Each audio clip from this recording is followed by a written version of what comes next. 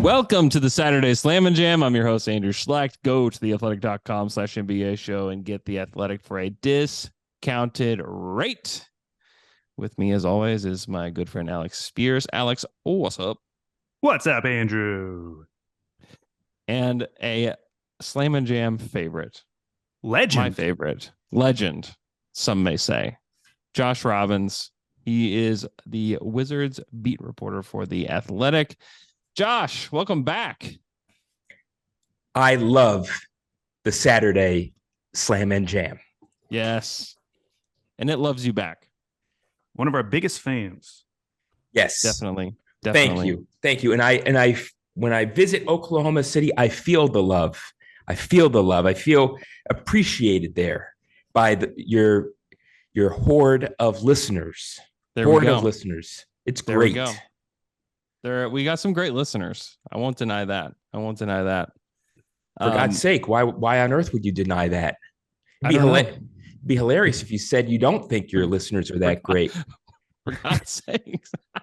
It'd be crazy. Josh, listen, Josh, it's a new era of Wizards basketball. The front office has been completely revamped. We got Michael Winger, formerly of the Clippers and the Thunder. He's now the president of Monumental Basketball. We have Will Dawkins, formerly of the Thunder, also a former neighbor of Jay King. What? He's the Wizards GM.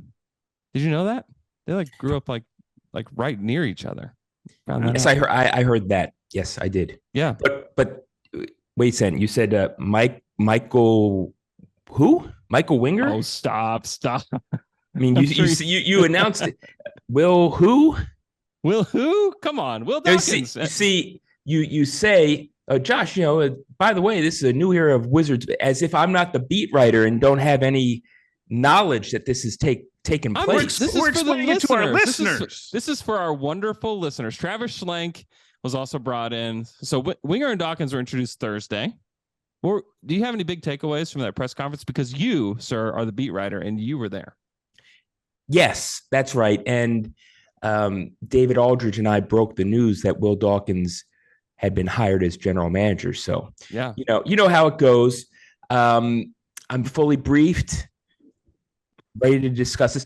Isn't that interesting that you asked me the question that I'm covering on the upcoming episode of Bullet Points? Whoa, we're on podcast about the Washington Wizards. So anyway, the real being serious,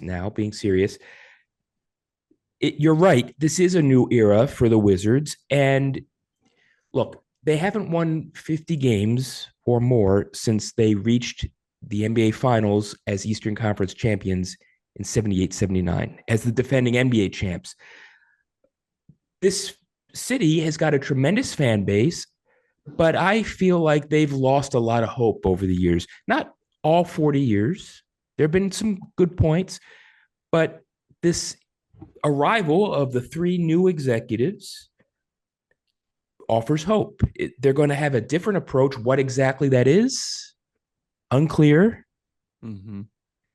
But there is a reason for hope now. And I think for the Wizards fans, I think that's a relief. I've done this a little while now, covering teams, either major college sports or pro teams. And I have to say, there is a lot of devotion from the Wizards fans. There's no problem there. But for a long time, there's been a real lack of hope. Yeah. And I think this resuscitates that. So, Josh, before I ask my question, I want to tell you that the article you wrote on Michael Winger was so good. You went back to the beginning and traced his whole path to how he got this current job. And it was a really, really good article. So I want to encourage people to go read it. As part of that, you got Sam Presti on the record talking about Michael Winger, which is very impressive. You don't see Presti, giving quotes that often. But I got to ask, we're big Thunder guys. When you were talking to him, did you put in a good word for Slam and Jam? Because we'd love to have him on. No, I didn't do that. Interesting, because earlier you said you were a big fan of the Slam and Jam. I love the Slam and Jam. I'm not just a big fan. I'm in love with the Saturday Slam and Jam. And be, I have such tremendous respect for the two of you that I know you guys can do your own thing. You don't need me to interfere and do anything because okay. Wow. I'm and sure. the reality, not to hijack your show, not that I would never ever do that, heaven forbid. I almost feel my age just a little bit because this is now that was the second time I've written a profile about someone becoming the executive of a team I covered who descends from this Sam Presti Thunder Oh, slash really? Spurs tree. And now with the Will Dawkins piece that I will eventually write, Yeah. it will be a third time. So I feel my age. It's unbelievable. It's unbelievable that this has been the third time I'm going to be asking Sam Presti about an executive he has helped to develop to come to a team that I cover. It's just Well, so one of the things you reported on May 24th was that Wizards owner Ted Leonsis has given Winger full authority to reshape the roster, which could include a full rebuild. Now, from the outside, a teardown seems like the obvious path forward. Have you gotten any indications which way they are leaning? Like, do you think that there's still really a chance that they come out of this summer re-signing Kuzma and Porzingis to longer deals, assuming Porzingis opts out? Is that still really a possibility at this point, do you think? is for all three people to be back in the fall. I have my doubts. However, if you're going to boost a rebuild, you got to pick up some picks, and you don't just let Kyle Kuzma and Kristaps Porzingis walk for no one or no picks in return. Ideally, you want to be able to keep that asset continuum alive, right? So you can't bring in picks or people if you haven't re-signed Kyle Kuzma or Kristaps Porzingis. That's part of what I'm thinking. Bradley Beal holds so many of the cards here as well, where yes, he has the no trade. I question whether at 30 years old, and he's about to turn 30 as a three-time All-Star who has been patient with the Wizards and got close before to the Eastern Conference Finals, whether he would have interest in a rebuild if that's where they decide to go. I haven't heard anything directly to that fact, but I think we can do some inductive reasoning here that it's going to be very difficult. That would be difficult for him to stomach a long teardown, but that does remain to be seen. May I interject with something else? Absolutely. Alex, I've never seen your hair look better. Wow, and frankly, and now Andrew is wearing a backwards baseball cap. So unprofessional. No, I'm wearing a baseball cap myself, but also thank you. There's a reason to tune into our YouTube page. Check out Alex's awesome hair.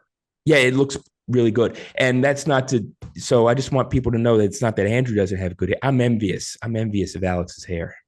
Wow. Thank you, Josh. That's good. It's good. Yeah. Good work. The other big contract on the roster is, of course, Bradley Beal, who has a little over $200 million left on his deal, including a no trade clause. If the Wizards do shift to a rebuild and look to trade Beal, and he is open to it, do you have any sense of how the league views his contract, especially in the light of the new CBA? Would you still expect them to get a good return for Brad? I think they would have to, well, certainly they would have to take back money, right? Yeah. And they'd probably have to take back a bad contract in order to get a pick, right? A good pick. The reality is that for all the belly aching about the way Bradley Beal's contract and the way he plays, which I think offensively is actually very unselfish in Washington among fans, because he is the symbol of this mediocrity that they've dealt with, he's thought of much more highly in the rest of the league, including by those teams' fans. And two teams that I think potentially could be interested in him would be Philly and Miami, especially in Philly. If James Harden decides to go to Houston, as the Philadelphia Inquirer and Shams have indicated is a real possibility. Now, Miami, heading into these playoffs, I doubt, for all their bravado, that they really thought they'd get past the second round, considering the tough road they had to overcome. But that seems like a natural fit to me, because the rest of the Heat play defense. And he adds a kind of a dynamism that the rest of the team doesn't quite have. I think he'd be a really good fit there. I think his skills would be in demand. The contract is unpalatable. That's true. But sometimes certain teams are in a situation where they say, well, this is our window. We better go maximize it now. Philly and Miami could be those teams. Maybe even the Lakers. That's conjecture. That's conjecture. Philly trade seems at least easy because you have the Tobias Harris expiring, so it's relatively easy to match the money. But that's interesting. Something to think about. I haven't thought about that yet. Okay, I want to ask you about this draft, because that's kind of like the next big decision that this new front office has.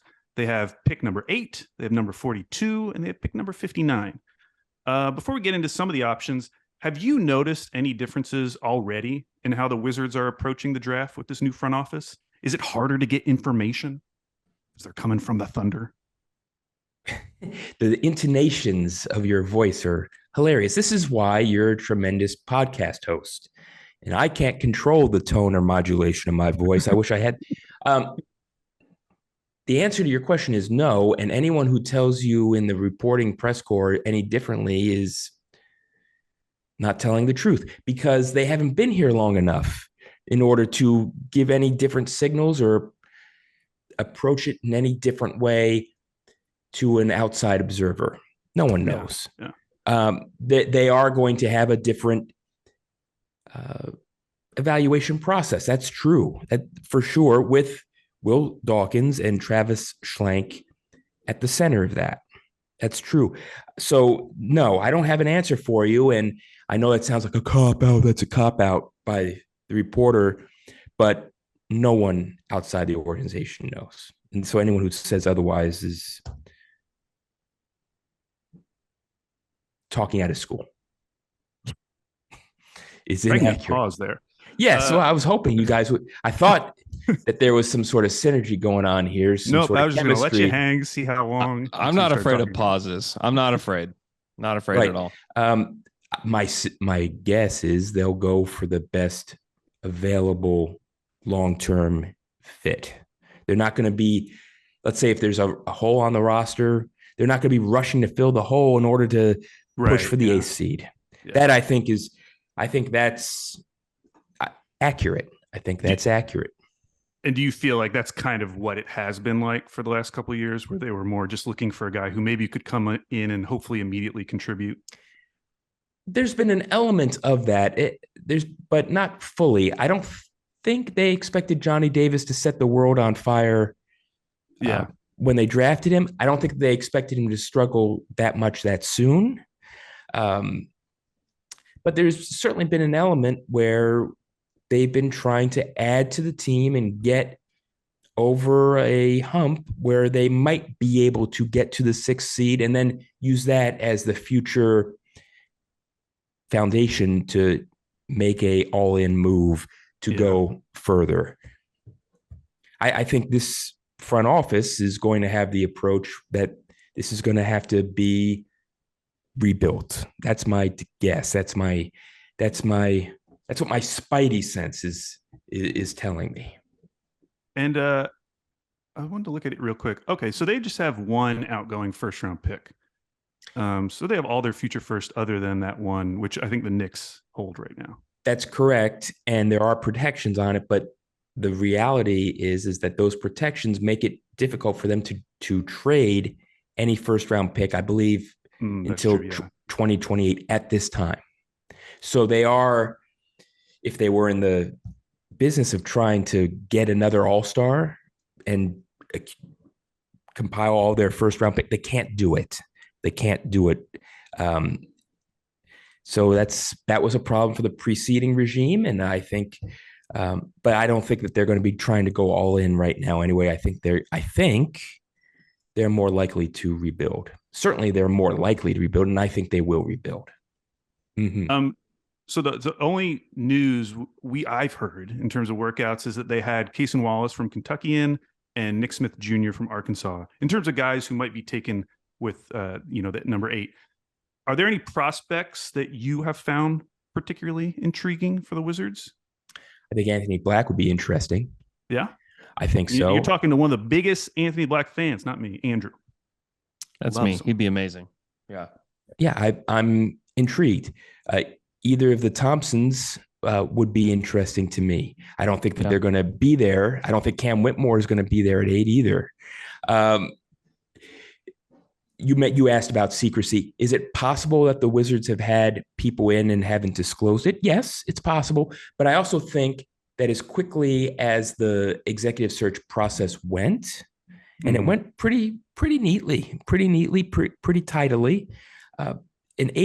Most agents weren't going to send their people to Washington before the new front office was in place, only because they might think, well, once those individuals arrive in Washington, they might have to send their prospects in a second time.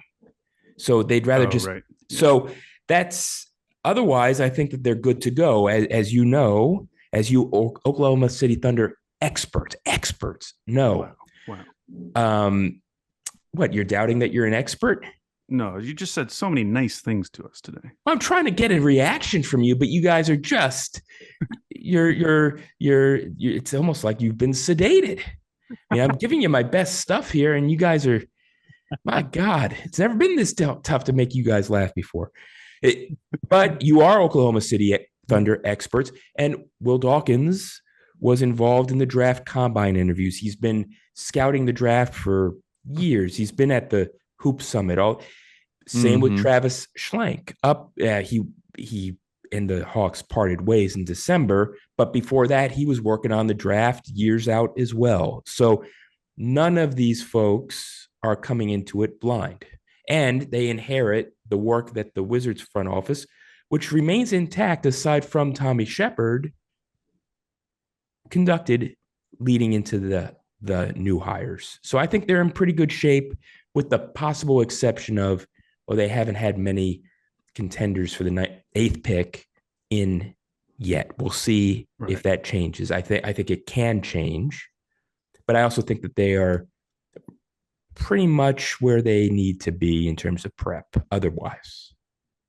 Well, Josh, this is a very exciting time for the Wizards and Wizards fans. I know we got some Wizards listeners out there. Josh, here's the deal. We have a second guest coming up, and I prepared trivia for them, but because it is you, I prepared a bonus trivia just for you, because I know you love trivia so much. Okay. Well, I love playing your little games here. Yes, my little games. No, the trivia game is not a little game. It's these manipulative, tugging at my heart. Oh, come on now. Let's be honest. You're tugging at my pride. You're tugging at my I'm breaking you down. Yes, I've been broken down. You're eviscerating my self-worth by these humiliating losses to Andrew. Yeah. And the people love it. Yes, the people do love it, and for good reasons. It's glorious. It is glorious, and it's wonderful to see someone with such an obnoxious ego, and someone who is so mean to so many other people, i.e. me. Yes. Get his comeuppance. And man, have I been comeuppant by you guys, by you people. And it's just, it's just been painful to accept. But I'm ready to go. Who's your second guest, by the way? Kenny Beecham. Are you familiar? One of the biggest content creators in the basketball world. It's true. Great. Chicago Bulls fan. I've prepared Bulls trivia for him. But for you, not doing Wizards trivia, some NBA Finals trivia, okay? Equal footing. Don't look away. Equal footing. No, because I think Andrew Schlecht knew what the topic was going to be and did He a had little no bit. idea. I don't talk to Andrew outside of No, this. you guys are like Red and Andy Dufresne. You're best pals. So they were in prison. Well, I'm not saying you're in prison, but they were best pals. And as the warden said, you guys are as thick as thieves. Okay, first question. You're not thieves, but you're pals. I mean, you've been to each other's homes. You respect each other. Is that not right? Josh, are you denying first this? question is for you. First question is for you, Josh. In the last 20 NBA Finals, going back to the Pistons win in 2004, there have been 12 players to score 40 or more points in a Finals game, and we're going to name them all. So, Josh, you're going to give me a name. Wow. And then Andrew, give me a name. We'll go back and forth. And this is the only trivia question we're doing. So this is it.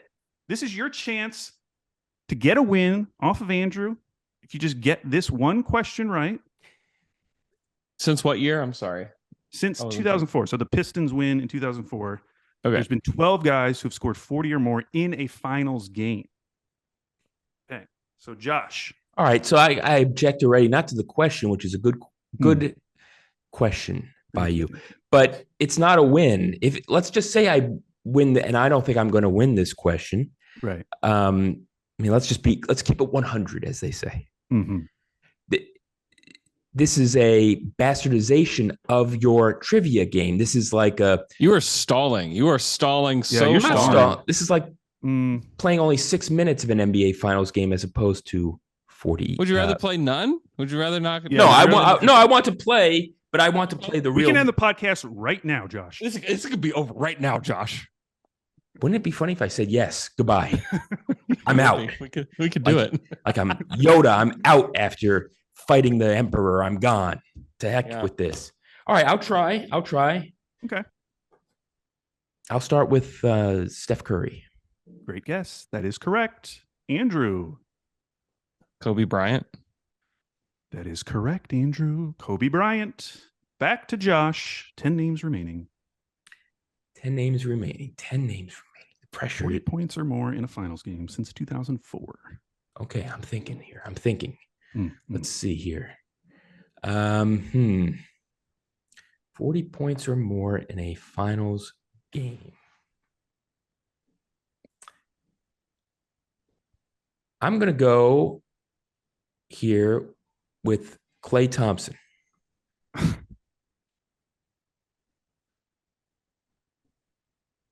Josh, that is incorrect. Giannis. Yes. Hey, how about LeBron James? So you're saying that Klay Thompson is not a great player, not a Hall of Fame worthy player? No, I'm saying as your second guess, why did you immediately go to Klay Thompson? LeBron was out there. Yes. So maybe I was saving that for my next guess. Saving LeBron. Yeah. Go listen to the Bullet Points podcast and go read Josh at The Athletic. Josh. By the way, Josh, this is not a loss, by the way. It is lost. Klay Thompson's high in a finals game, 37. Okay, so it's not like it's crazy, like I was way off. It's not crazy. It's just that it was your second guess. Yes, but there's a strategy to this, which I clearly am awful at. Okay, the other names: LeBron, KD, Kevin Durant, Dwayne Wade, Russell Westbrook, Giannis, Devin Booker, Kyrie Irving, Jokic, Jimmy Butler, Chris Middleton. Jokic did it a few nights ago. Yes, I know this, but I'm trying to play a strategy game here, which I got my butt kicked again. But this is like an exhibition loss. This is like someone losing. That's right. It's preseason. In preseason NFL football. Yeah. When you come back next season, we'll do a full Andrew versus the Beat trivia. These are the games. These are the manipulative games I'm referring to. Come back next season. Well, that's a long way away. All right. And it might even be when you guys spin your board, your wheel. The wheel. Yeah. This might be in March. It could be. You're not wrong. We can't control the wheel. Yeah. We have no control. We refuse to control the wheel. actually. Confused. Please go read Josh. The Wizards are going to be very interesting over the next few weeks. Yes, they will. And forget about the joking we're doing about your gentlemen's antics. You two, you guys, you jokers. Mm-hmm. Forget about that. The Wizards are interesting. They are. Yeah. And that we're not joking about. And I'm not joking about my anger and upset and frustration and emasculation of getting my butt kicked in trivia. It's terrible. It's destroying my street cred. That's right. One of the only shows on the Athletic NBA show where our guests are emasculated. Thank you. Oh, no, just so one much, guest. Josh. Thank you so much, Josh. All right, my pleasure. I love the Slam and Jam. Today's show is brought to you by Philo. Visit philo.tv and use the promo code NBA Show to get 50% off your first month.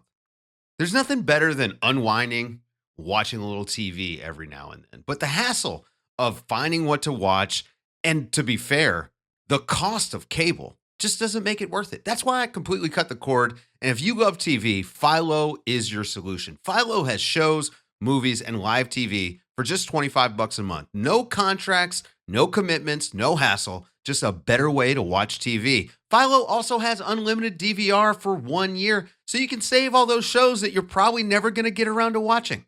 It also allows multiple profiles and multiple streams, so everyone in the house can have their own saved shows and up to 3 streams at the same time. And if you can't get enough TV, there's no better way to watch because Philo has over 70 channels, including BET, VH1, AMC, and Vice. If you're still not convinced, try it yourself with a free 7-day trial. Sign up today at philo.tv. That's philo.tv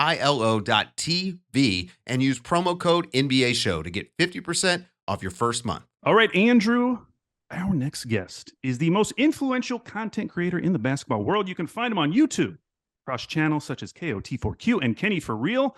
He's the co-host of the Through the Wire podcast. He is the founder of Enjoy Basketball at enjoyball.com. We are recording on Friday, the same day that he appears on the Stephen A. Smith Show.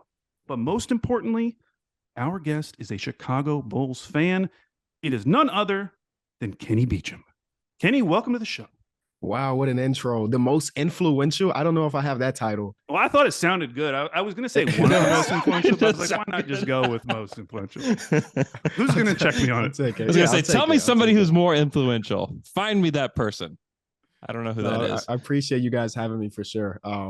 Yeah, Bulls fandom wrapped into me from day one, unfortunately. Yep. So yeah, I guess we could talk about it. Back to the Eddie Curry days. Kenny, let's start here. Only 2 months ago, your beloved Chicago Bulls were up 85-80 with 6 minutes left in the fourth quarter against the Miami Heat in the final play-in game.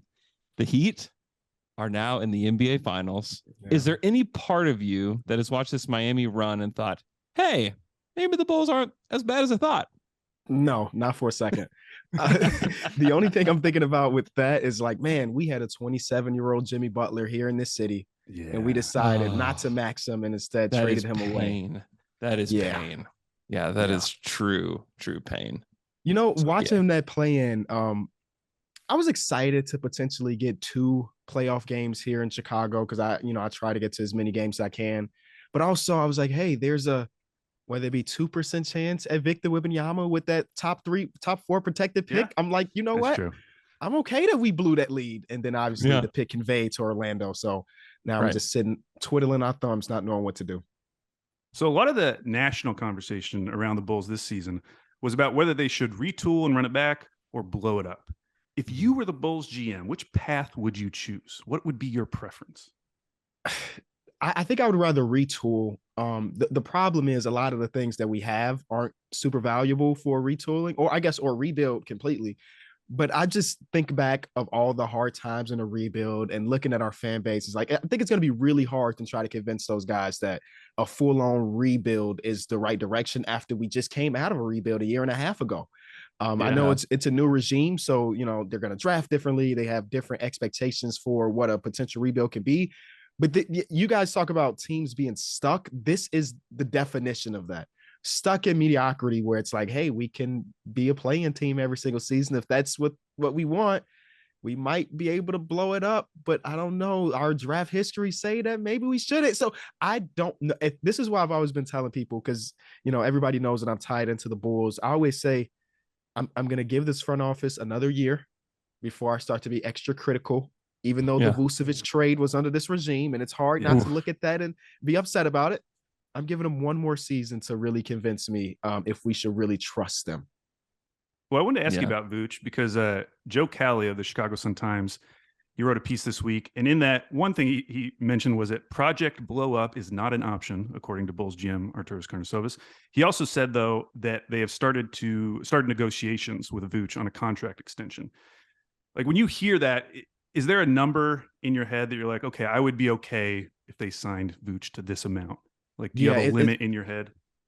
I think that my limit where I would look at it and be like, that's not terrible if it's like a 360, 3 years, 60 mil. Now we're talking about a center that's in his mid 30s. So maybe 3 years is maybe stretching it. Is it 2 plus a team option or something like that? But if we talk about like the $20 million annually, that feels about right with Vooch, considering the way players are getting paid. I think that, when he was traded to Chicago, the expectation was the all-star performance that he gave in Orlando that year. And he hasn't lived up to that. But I would say overall, this was a really solid Vucevic season. He was one of the more consistent players for the team, playing all 82 games. And for a guy that we question the defensive ability, this is the second year in a row the Bulls had a top 10 defense. And this time, I think it was like 6 or 5. And I mean, the defense on the back end matters a lot. And apparently Vucevic, whether or not it might not look like it, he's doing something right on that end. So 360 makes sense. 20 years annually makes sense. I just don't want to lose the asset. That's a big question in Bulls fandom right now, with him being a complete free agent, with most people wanted us to see or wanted us to go to a different direction.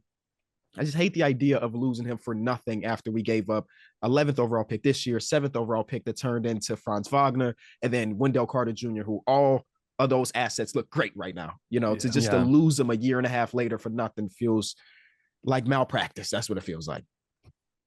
Yeah, that would not be great, as much as maybe he's not the exact player that you want to build, your team around. You at least want to hold that asset. So if the Bulls do decide to blow it up, one good thing is that they have some nice young players. One of them is Patrick Williams. He's eligible for a rookie extension this summer. He's a former 4th overall pick, and he played all 82 games last season, shot 41.5% on 3.5 threes per game. The hype around him is not at an all-time high, but what do you think about his progress last season? I think he had a really impactful season. The problem with the Patrick Williams thing is that the year he was drafted was the year of COVID, right? So there was no summer league, so he was thrown into the fire of the NBA immediately. And while some of his people drafted around him, succeeded in that, it's not for everybody. We're talking about a guy that came off the bench in college. He was 6th man of the year at Florida State. He didn't have a huge role. It was more about the idea of him more than the actual production in college. So when we drafted him 4th overall, we knew immediately that it was going to be a project, but simultaneously, hey, we just traded for Vucevic. We just got DeMar DeRozan. So now this guy that we looked at to be like, here's a few years for progression. It's like, hey, you're the starting power forward on a team that used a lot of assets to be competitive, and you have to figure it out. Unfortunately, last season, a couple games into the year against the Knicks, I think it was 5 or 6 games to the year, Mitchell Robinson blocked a shot, broke his hand, and he missed a big chunk of the season. And because of that, now a guy that already had limited amount of reps in the NBA missed like 3/4 of the year, and he was thrown back into the fire right before the playoffs. And now he's in the playoffs. He got to guard Giannis. And this season, he took on the responsibility of guarding those big wings, and he was overmatched in a lot of those cases. But I do think that the defensive versatility, like we see moments where it's like, that's what we want. We see moments where DeMar DeRozan or Zach LaVine is getting their rest, and Patrick Williams is able to use the mid-range jump shot more than he normally would, where the Bulls don't have any space. And so now he's sitting in the corner for those 3 attempts per game. I think the ceiling is still pretty high on Patrick Williams, even though I know a lot of Bulls fans are turned off by him. But I honestly do believe he didn't get he hasn't got the right opportunity to showcase what he could be, because at the most, because we have Vooch, because we have Zach, and because we have DeMar DeRozan, 3 head steady, offensive oriented players, he's always been at the best 4th option. And a lot of the case, it turns into 5th because, you know, we've had some players like Kobe White who want to, you know, get a couple shots up a night. So, you know, that when I think about retooling or rebuilding, I just want Patrick Williams to be in a situation where we can really decide whether or not he is a foundation piece of this franchise going forward. Yeah. What do you think a comp for him would be after you've seen him for a little bit? Like, what's his ceiling? It's hard to say. Because I'm going to say this, and people hate when I say it, but he moves like Kawhi. Now, he doesn't have the skill, he doesn't have the tenacity, he doesn't have the hands of Kawhi, but like the lower body movement is very, very Kawhi-esque. When he gets to his spots in the mid-range, and he's kind of like a robot there as well, it seems Kawhi. But he's not going to be Kawhi Leonard. You know, he's not going to be that. And I don't know many players that I feel like a real comp for him. You know, I think that if I'm being generous, sometimes I can see some Tobias Harris in his game. Sure. But 4th overall pick for Tobias Harris feels kind of weird. But if that's where he ends up being, I think we feel fine. Tobias Harris is a good player when you X out the idea of him making $35 million a year.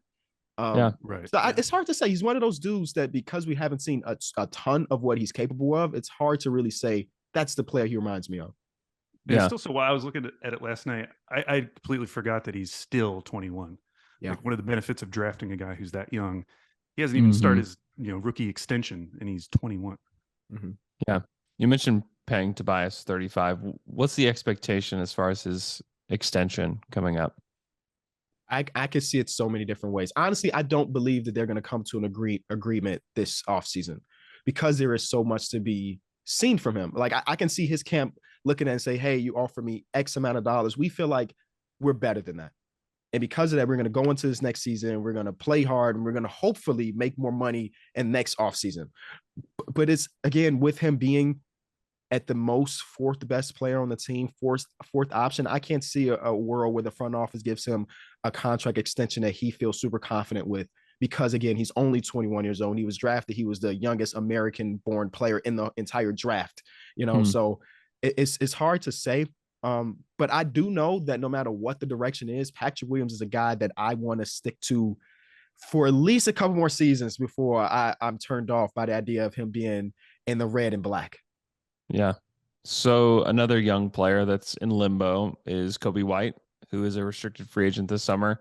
Had a pretty nice run after the All-Star break. Do you see him as a definite piece for the Bulls' future, or does he feel like maybe his future's up in the air a little bit?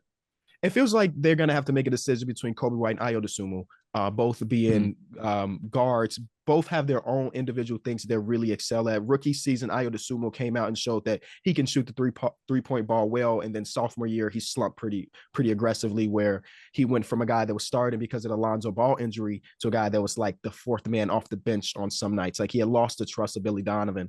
But he's a Chicago-born kid, and the front office definitely loves them. At least one Chicago-born kid on the roster. But if I had to pick between the two, I'm definitely going Kobe White. He showed me something this season that may not show up in the numbers, but it was his ability or his aggression on defense. There was a game that I was at, specifically, it was against the Indiana Pacers, the game that Tyrese Halliburton hit the game winner on us. I hated it. But like there was moments in that game where his assignment was Halliburton. And he was fiery. He's diving on the floor. He's going to the crowd. He's trying to get the crowd involved. And I think part of that is having the Patrick Beverley effect that helped us for the second half of the season. But he showed that like that emotion that we saw a little bit at UNC, we hadn't really saw much at the NBA level other than him rooting for Zach LaVine when Zach LaVine hits game-winning shots. And now it's like based on his play, I'm going to take a heat check shot. And when I make it, I'm going to screen to the crowd. And I don't know how much of that is going to transition to him getting progressively better throughout the years. But that's a guy that I would also attach to. The guys that I feel like that no matter what this offseason I want to see on the roster is Kobe White, Patrick Williams, and Zach LaVine. Everybody else, I would be okay with the right price of them leaving, honestly. Yeah.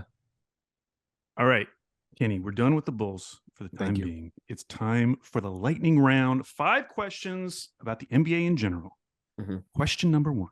A time traveler from 5 months in the future shows up at your house today. The time traveler knows everything that happens in the NBA this summer, but will only tell you about one team. You'll get to find out what happens at the draft, in trades, free agency, but only for one team. Which team do you choose? Wow, that is tough.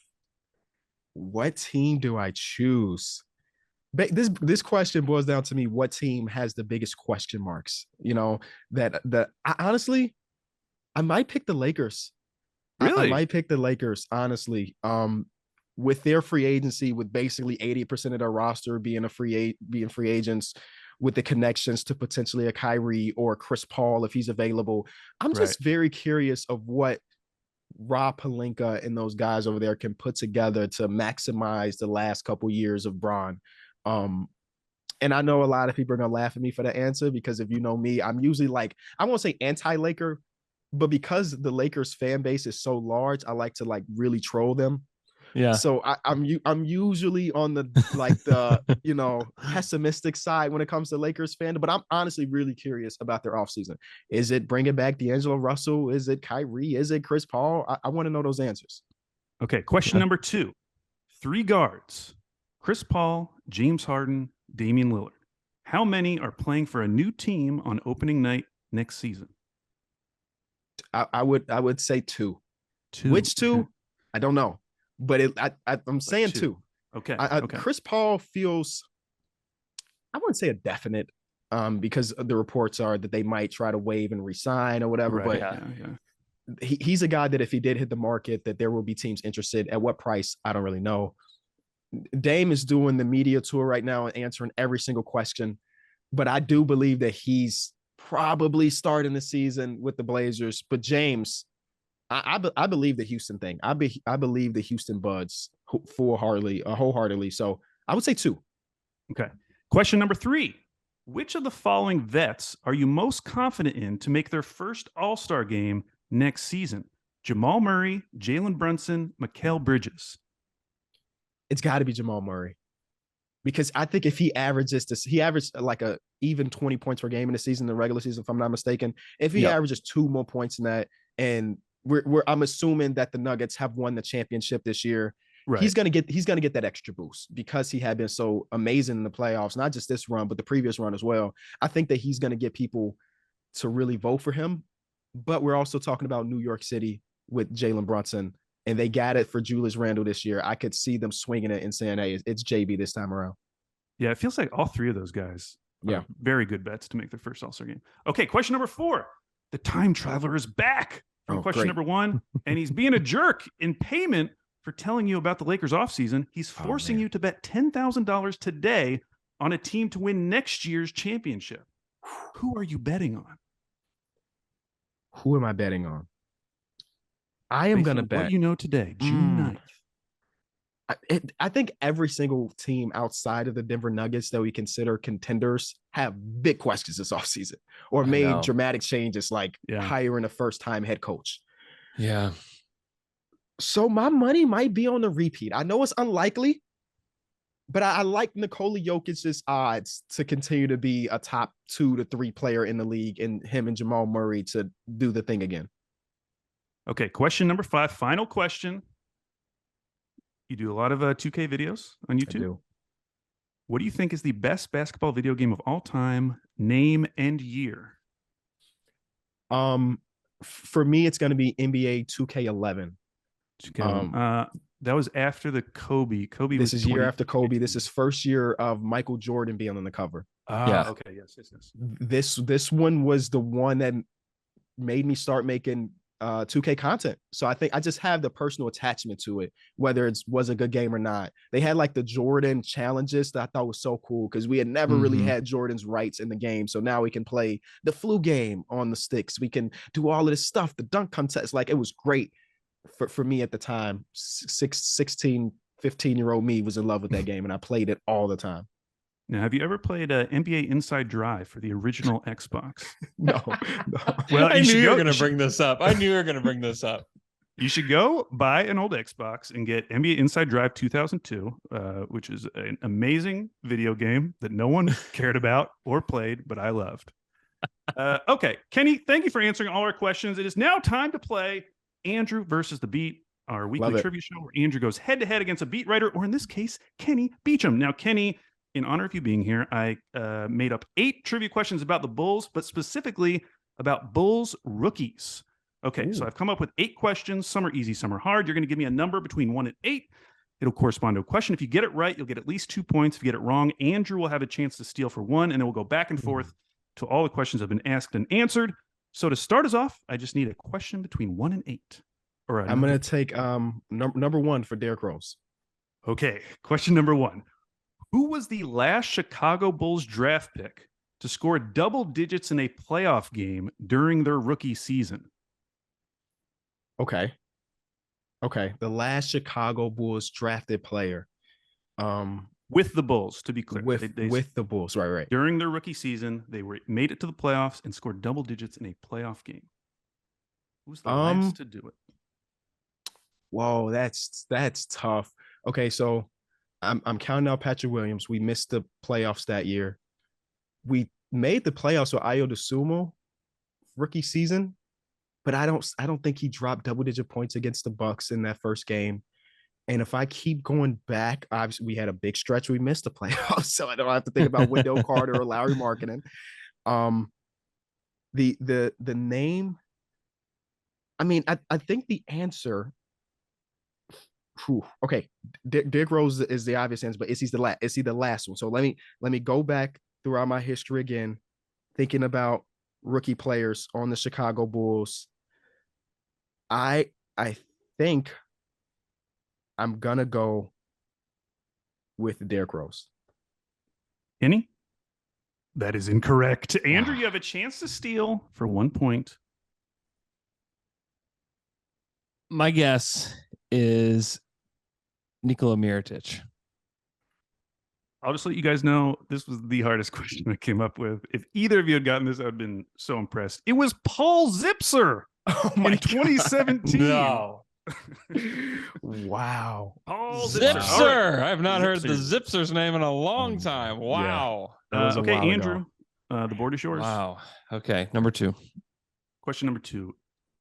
In his rookie season, Kobe White had 3 30-point games.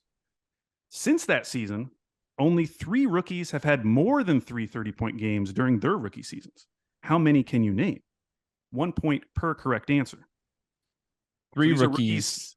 These are rookies since Kobe White who have had more than 3 30-point games in the rookie season. Wow. Okay. There's only 3 of them. That's That's wild. actually surprising. Yeah, it's very surprising. Anthony Edwards. Andrew, he had 4. That is correct for 1 point. Paolo Banchero. He had 6 for another point. Can you get the final one, Andrew?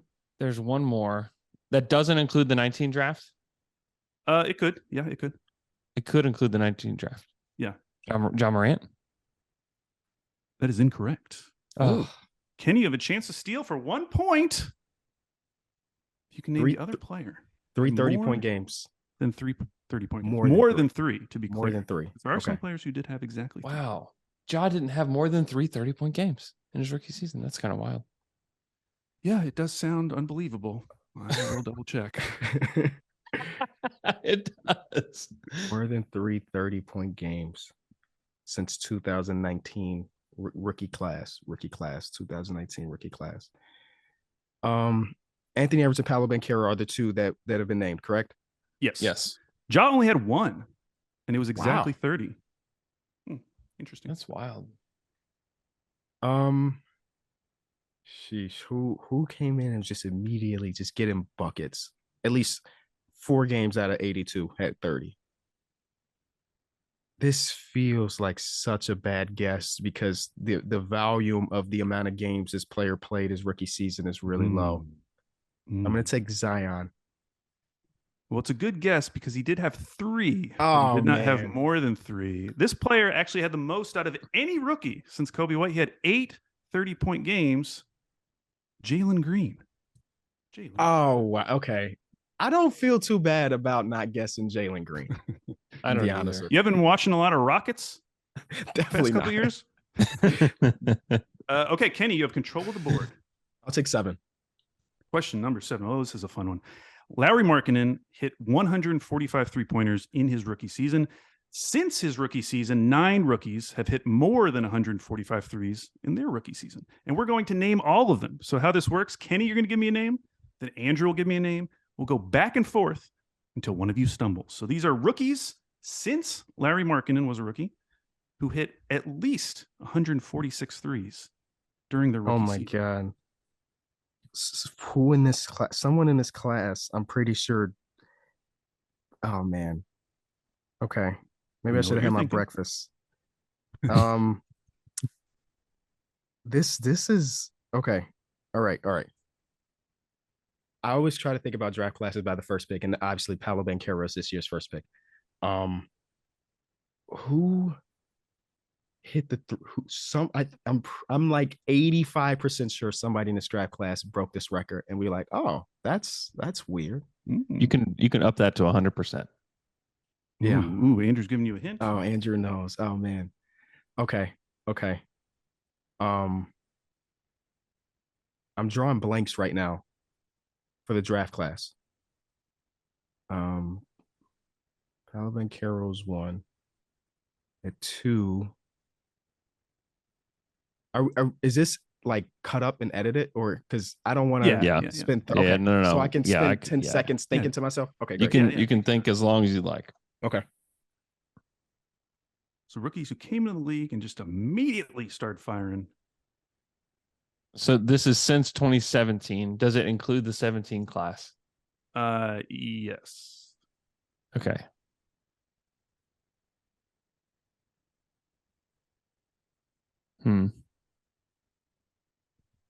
That's interesting. Okay. Who am I forgetting? How many are there, Al? There's 9. There's 9 of them, and I'm trying to get one of them. All right. Okay. I'm really stuck on the 2022 draft because there's somebody. It's not Paolo. It's not Jalen Williams. It's not Walker Kessler. It's not Benedict Mathurin. Like I'm trying to think about who else was in this draft class that were one of the top guys that would have at least had the opportunity. Oh, okay. We would take Murray. That is correct. Oh man, Kenny. it took so long to get there. Oh my! You God. arrived though. You got it. I got Keegan Murray, there. number 1, set the record this year. Okay, Andrew, need a name. Trae Young. Ooh, Trae Young is at the very bottom of this list, but he is on the list. That is correct. Back to Kenny.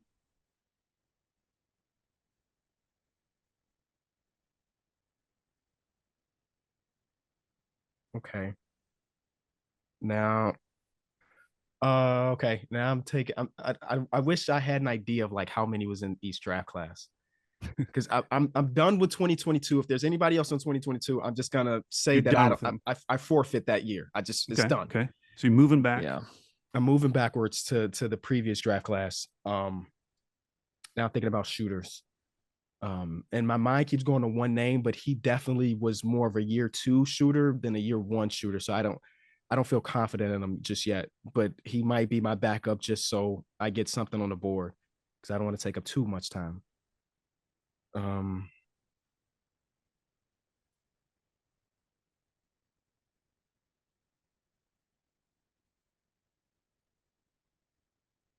How many threes was it again? It was 145, so more than that. Okay. I'm just gonna go with a guy that just scored a lot of points his rookie season. I'll take Luka Doncic with a guess. Kenny? That is correct. He's number 5 on the list. Take it. Okay. Back to Andrew. What about Donovan Mitchell? That is whose record Keegan Murray broke this year. Previous high before that. That is correct. So back to Kenny. We've got 5 names left. And I will say there's maybe 2 that I think are reasonable, and there's 3 that are a little interesting. Okay.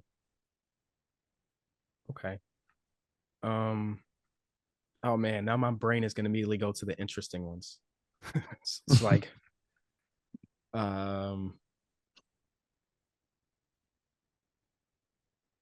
Who do I remember? Just rookie season, just getting threes up. I feel like it's everybody nowadays, honestly. Yeah. That's true.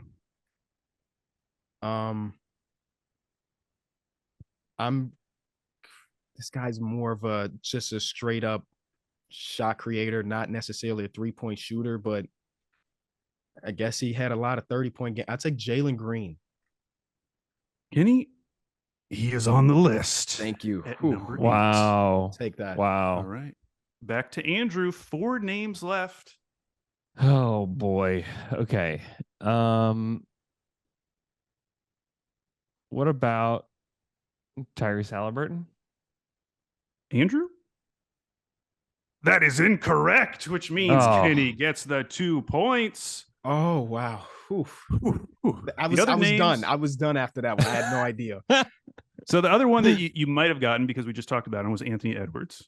He's one. Oh. But then the yeah, other of 3 course. guys, Sadiq Yeah. Bey, Okay. Landry Shamet, and Kyle Oh. Kuzma. Wow. Wow. Yeah. Okay. Yeah, those are I'll tough take ones. it. Okay, we got a That's tie tough. game. Tie game. Andrew, you have control of the board. Number 3.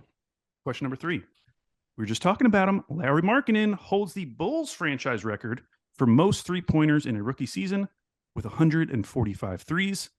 He needed every last one to set that record because this Bulls rookie hit 144 during his rookie season. Who is it? This is like any Bulls rookie ever. Any Bulls rookie ever, yeah. He had to hit a lot of threes in his rookie season, 144. I don't know if he was this good this early.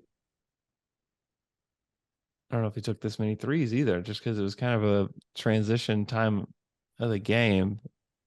I'm just going to go with my gut and say Ben Gordon, but I don't know. Ben Gordon, Andrew, that is incorrect. Kenny, you have a chance to steal for 1 point. I'm gonna go with Nico Mirotic.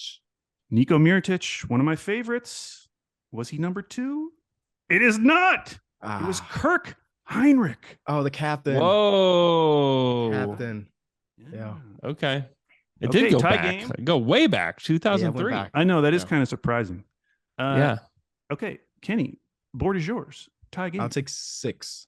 Oh, speaking of Nikola Mirotic, what was former Bulls draft pick Nikola Mirotic's career high in points? Now, before you answer, you get to choose who answers first. So you can answer first, and then Andrew can go higher or lower, or you can make Andrew answer first, and then you can go higher or lower. And this is career high points, like over his entire career, not just as a rookie.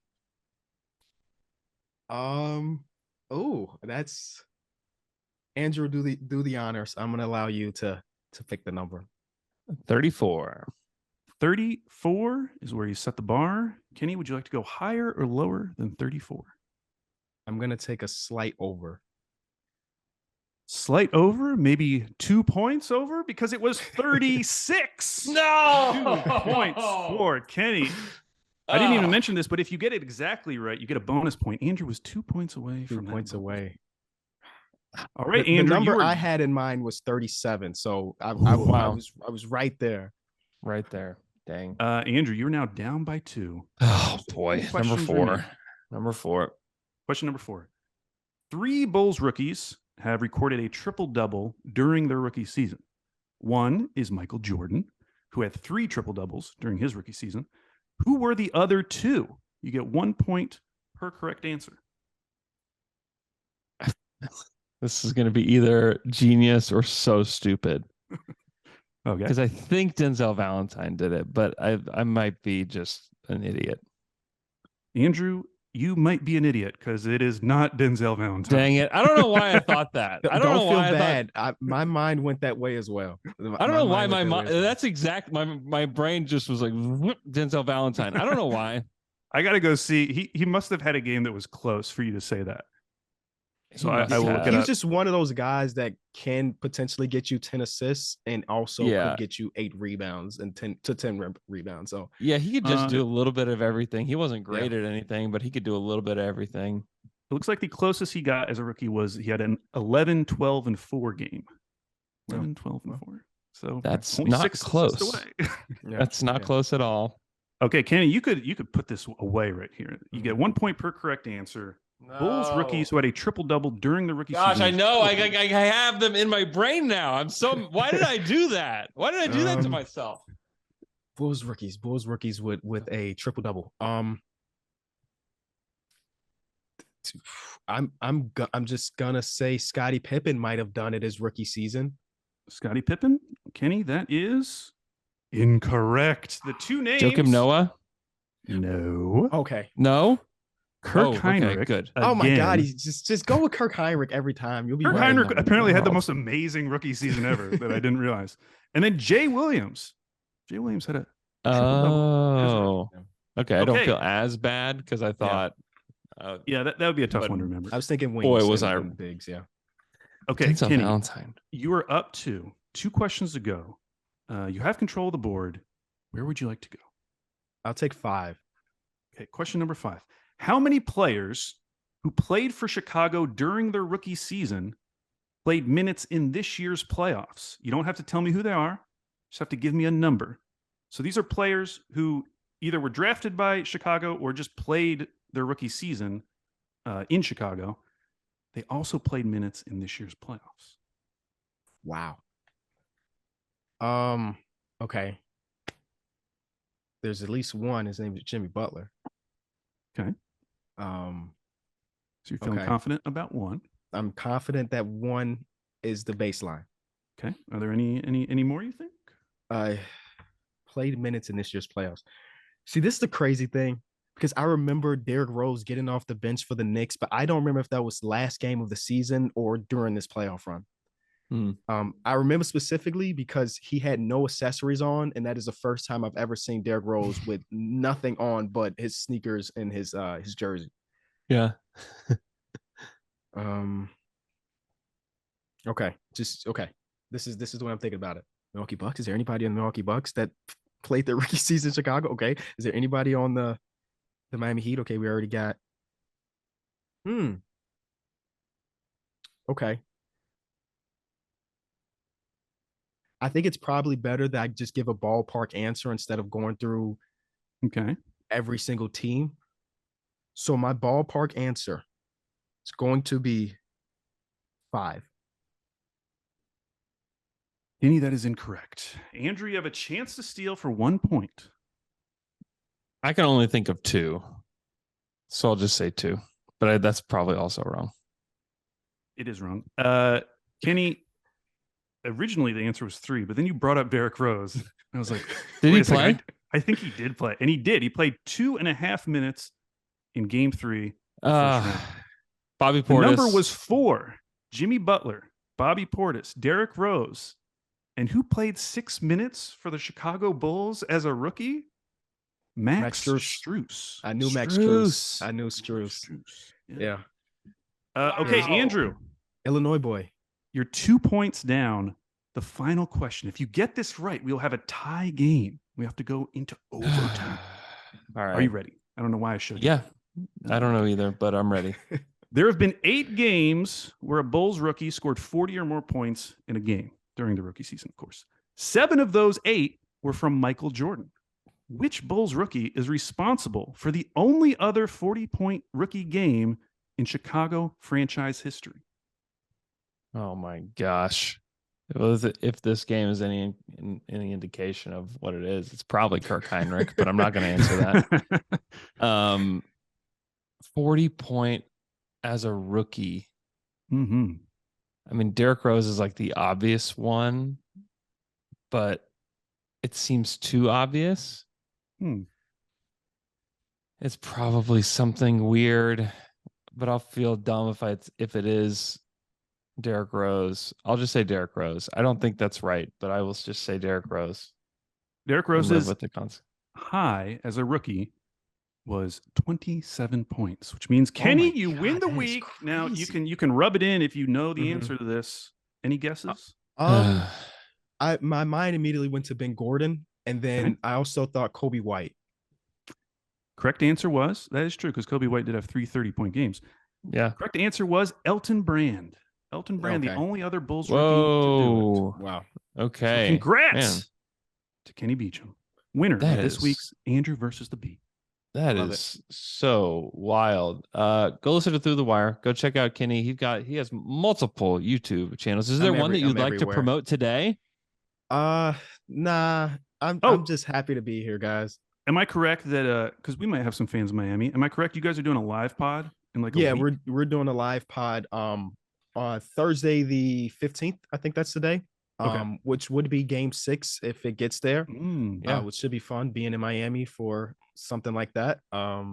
It's free. Yeah, that should be what I promote in one of my YouTube channels. Thank you for that. It's you can RSVP at ttwtour.com, completely free. Doors open at 6. Show starts at 6:30. And we always make it a good time. So yeah, check that out. It's awesome. Thanks so much, Kenny. Today's show is brought to you by Front Door. Download the Front Door app and get a free video chat. We all have that long, incredibly nagging home to-do list that we keep putting off. It's full of annoying stuff that just needs to be fixed.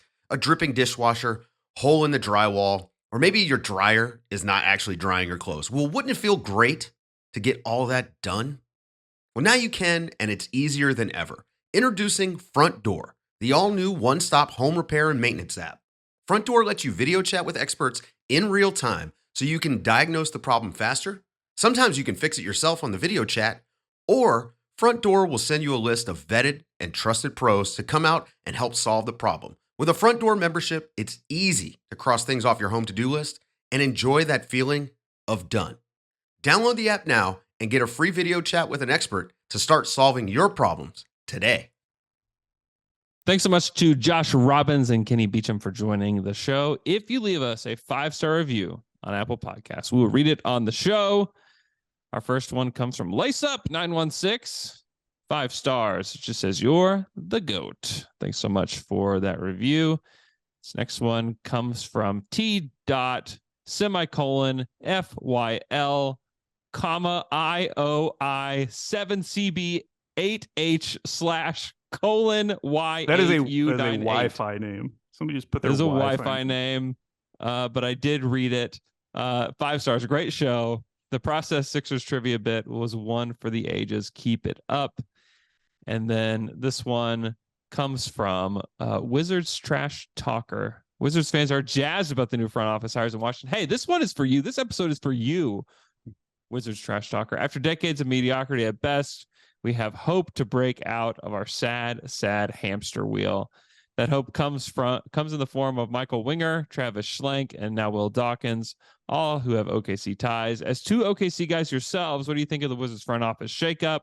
What can we expect to see in the very near future with Porzingis, Kuzma, and all these undetermined contracts? And more immediately pressing, what do you think Will Dawkins and Winger will do with the number 8 pick in the draft? Please weigh in with your sage Oklahoman wisdom. You have any takes, Alex, of our own that aren't from Josh? I'm glad that we had Josh on so that we can have a little Wizards talk for Wizards Trash Talker here. But what's your take on the hires? I would be shocked if they didn't do a complete full rebuild. If he really does, if Winger really does have the authority to do that, both of those guys coming from the Presti tree. I mean, we've seen what Troy Weaver did in Detroit. I would be shocked if that is not the path that they take.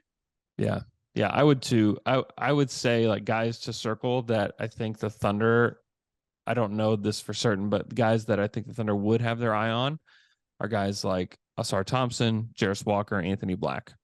All playmakers, all guys that can do something with the basketball in their hands.